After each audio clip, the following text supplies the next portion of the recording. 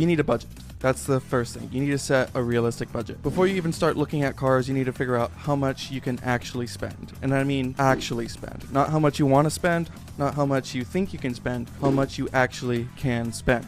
Here is an easy rule to think about it. Try to keep all of your car expenses, and this is all of them, like car payments, car note, insurance, gas, repairs, all of this under 20% of your take-home pay. This will give you a more accurate representation of what you can actually afford. If you want, you can do 20% of your gross pay, so before tax, but more realistically you should do net income, like after taxes and deductions and everything like that. Again, this is just a rule. It's not law, it's not anything like that. It's just a guide, basically. You can spend more than that, but that's kind of eating into income that you can use for investments or any other things like that. As far as your monthly car payment, let's say your parents take care of your insurance for you. You're buying a really reliable car, so you don't really have to worry about maintenance and repairs and stuff like that. Let's just say that's the case and you only want to focus on the monthly car payment. This one you can kind of do 10 to 15% of your income. So let's say you're doing that same 70,000. If you want to calculate how much you should be paying on just your car payments, $70,000 salary, 10 to 15%, you're looking at $7,000 to $10,500 a year on car payments. You can divide that by 12, figure out what you should be paying monthly. You don't have to do this annually. You can take your monthly income, you can take salary, annual income, you can take, whatever and use the same results. It's just easier with annual for me, just for,